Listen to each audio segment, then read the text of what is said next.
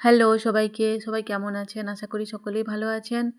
তো আবার চলে এলাম একটা ভিডিও নিয়ে। তো দেখতেই পাচ্ছেন আমরা এখন দুজন রাস্তায় মানে আমরা মা আর ছেলেতে রাস্তায় আছি। তো এটা হচ্ছে আমাদের গ্রামেরই একটা রাস্তা। ভীষণ সুন্দর একটা জায়গা।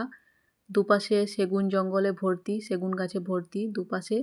তো ভীষণ ভালো লাগে এই জায়গাটা। চারিদিকটা দেখতেই পাচ্ছেন সবুজ। তো আমরা দুজন এখন বেরিয়ে পড়েছি, যাচ্ছি দিদিদের বাড়িতে আমি আর আমার ছেলে।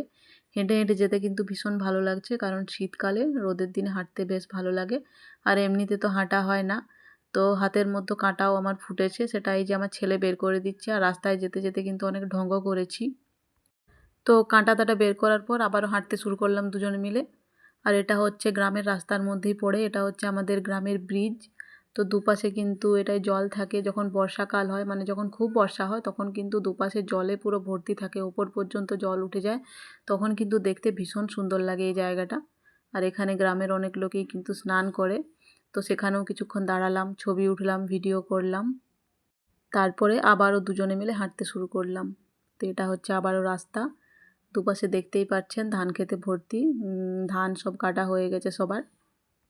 তো বাড়িতে বেশি বোর হলেই আমি কিন্তু একদিন করে চলে যাই হেঁটে হেঁটে। তো এটা হচ্ছে আমাদের গ্রামের আরেকটা পুকুর। তো এটার নাম হচ্ছে অসুর বাঁধ। এই পুকুরটার জলটা কিন্তু ভীষণ ঠান্ডা, এখানেও অনেক লোক স্নান করে। আমিও কিন্তু দু একদিন করেছিলাম অনেক দিন আগে।